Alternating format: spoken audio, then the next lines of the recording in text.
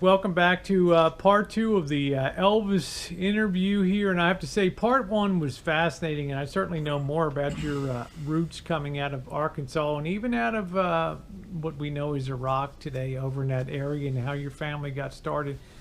A little bit about your background in security.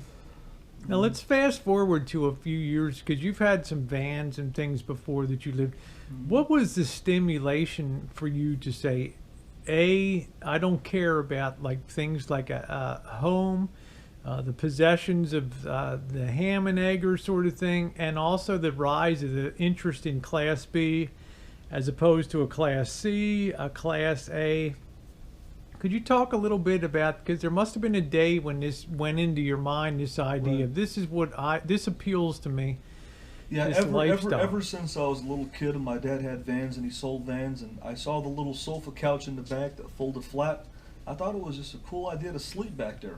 I didn't know anything when I was a child about Class Bs. I just thought I liked the idea of having that bench that folds into a sofa and you can sleep back there. And I've always liked it. It's always been in my blood and heart and soul. And it's that kind of it was just kind of sparked it for me. And all of a sudden, living in apartments and having paying rent and everything and having to work paycheck to paycheck and all that stuff like that. This came upon my mind. How can I live more minimalistic?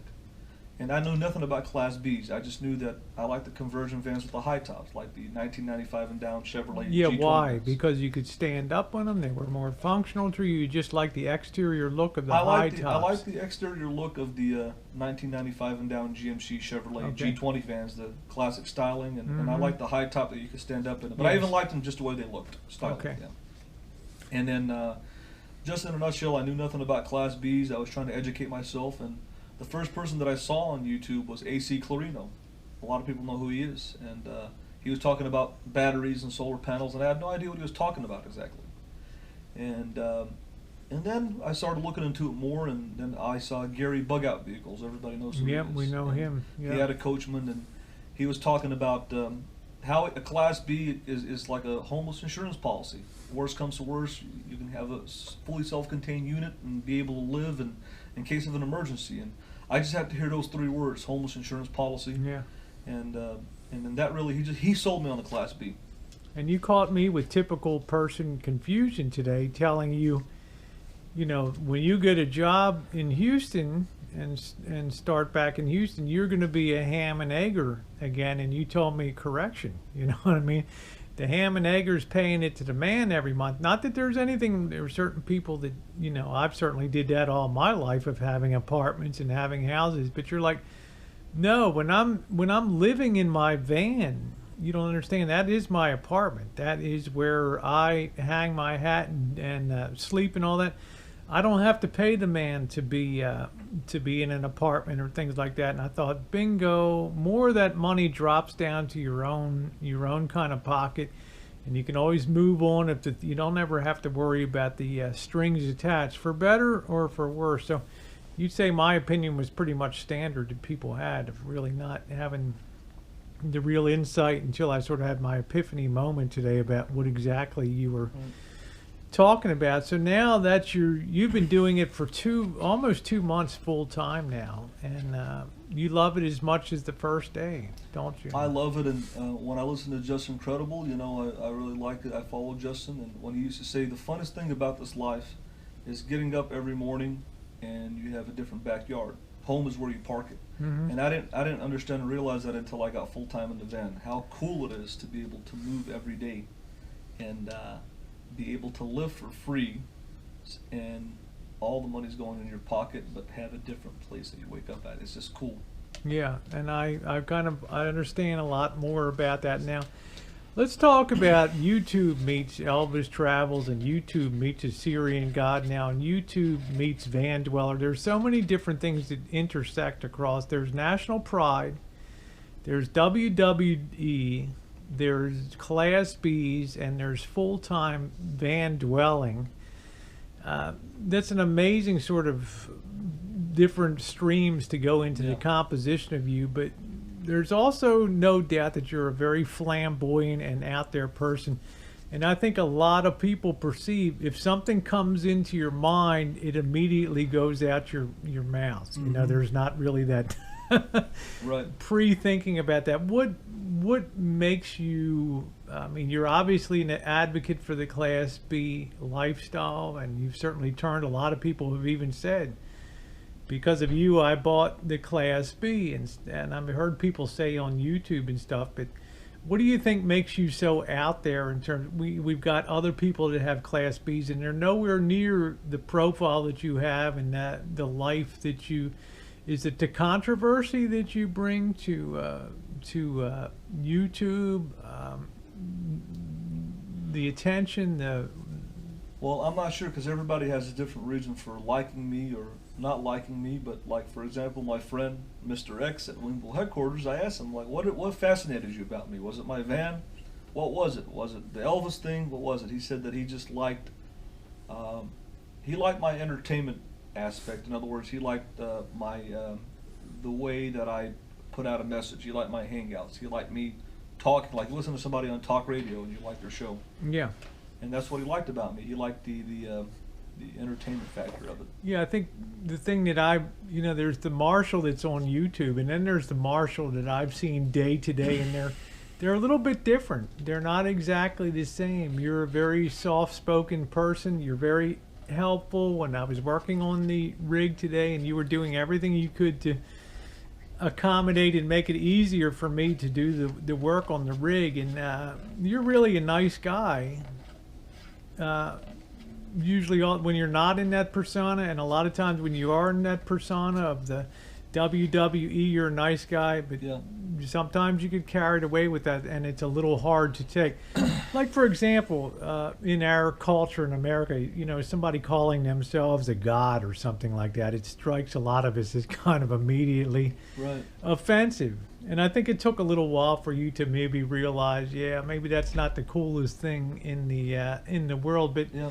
is that the pride coming through that, or is it the entertainment that comes? I think it's the more of the entertainment aspect that I'd like to really change my URL to Assyrian King, but now it's a custom URL of God, and I'm going to leave it at that until I can change it to King. But I'd like to be referred to as Assyrian King. So I'm a big, like I said, I'm a big patriotic, nationalistic guy on my culture, and I, so I like to say that, hey, I'm the Assyrian King because I represent my Assyrian community, van dwellers, Elvis tribute artists, professional wrestling. There's a lot of genres that I'm representing.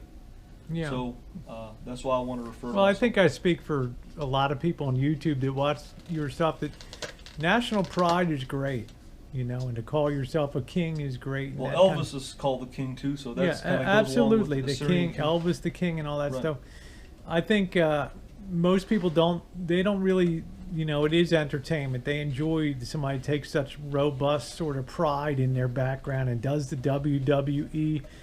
Ric Flair, but sometimes you get a little sensitive because the feedback that you do get sometimes on YouTube, and and then you've talked about recently you had a change that you've now monetized the channel, so you kind of realize now you have to kind of put things on a different level. So what did you decide about going forward, the things that you want to do on YouTube to sort of switch it up and maybe take it up to, I don't want to say more friendly viewing, but maybe not as controversial on the things that you want to do? In the beginning, I wasn't monetizing. I was just doing it for the social aspect, entertainment aspect, and just linking up with other van dwellers and people in the RV community. But now that I've monetized, I figured this can be be run like a corporation. When you run a corporation, you have to follow policies and rules and laws and stuff, and kind of go by the book. And that's why I've cleaned it up a little bit, and I'm running it like anybody else would run a business. Yeah, because I don't think anybody wants you to change your basic nature of pride, your Ric Flairisms. They're the things that people, they may hate it, but they watch it. They may enjoy it, they watch it. But, sometimes it did cross the line. But I think you recognize that now with some. And there's a lot of people that wanted to be friendly and give some hands along the way. I'm not going to mention the names. You got a text from one 15 minutes ago here telling you great new direction you're going. There's been a lot of feedback. Yeah. on here. Do you think that you can do this long term, this van dwelling, or do you think when you're 40 years old you'll want to give that up, or do you think it's something that you could do for the long haul?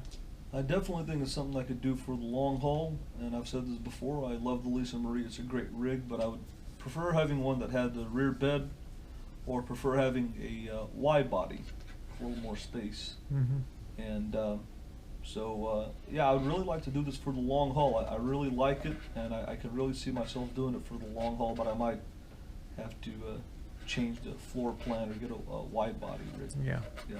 But I can never see you giving up the Lisa Marie. I mean, it's just too much identified with you. You may not like it, you may hate it, but it's the most identified Class B rig on YouTube.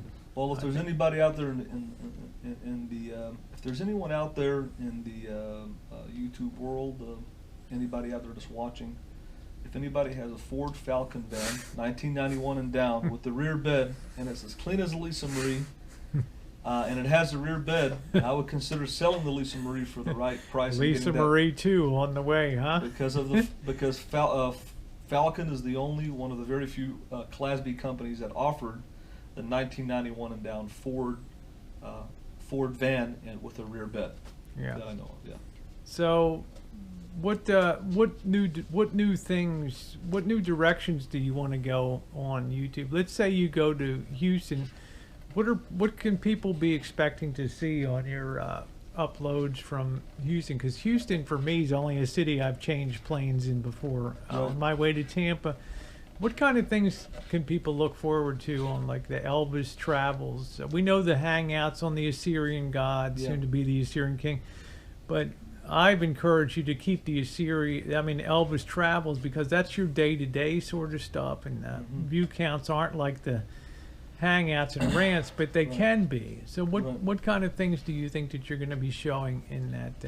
I'm definitely going to continue showing the urban camping, but not reveal the locations because of a lot of people out there that want to what they say, dox your location. Yeah, rattle your cage a little right, bit. Yeah. And I'm also going to do the food, and hopefully I'm going to meet Gerald. All you guys know Gerald, the dinosaur, and Chris Keeps and some other. Yeah, Chris Keeps, and I'm thinking that I really am interested in doing a trip to Austin. Austin is a cool progressive city. I want to see that, and I might do Galveston, but I'm not sure. Yeah, I hope that you video wherever you go and do that, and yep. I just want to say this, that I had a camper van before the Lisa Marie, and it would have been cool if I was in the community. Even before I got to Lisa Marie, I would have met so many more people and stuff. So it's nice to continue it, because you meet more people and network, more people know you and stuff. Yeah, and it also gives you a place when you go to place that you actually know people that, you can boondock and you can, develop the community. So, exactly. Well, I mean, I have hope for the future for you. I know some people think you don't want to work, but I know for a fact now that you've got irons in the fire, and there's things going on in Houston going forward and stuff. So I do wish you the best, and good luck on YouTube. I think that you're, like you always say, love it, hate it, it's going to be there. You're going to be a part of the community. And to have you as a positive member going forward, I think is a really, really awesome thing to be. All right, Marshall, thanks for your time. Great two-part interview. If you didn't see part one, The Roots of Elvis, check it out. Good stuff. So any closing thoughts from you on... Thank you. I just want to say thank you for this interview, Rosie, and talking to me so people can understand me more, my channel, my message. And I just want to thank Rosie for everything, for coming over here, and she is a true friend, and I hope everybody in the YouTube world has a chance to meet Rosie, because she is an exceptional person. And if everybody, take a line out of Wanderlust Estate, if everybody was like Rosie and Wanderlust Estate and Jory and Narce, it would help reduce world suffering. Well, we're going to try to make more people like that. So, yeah. All right, Marshall, thanks a lot. All right. Good stuff.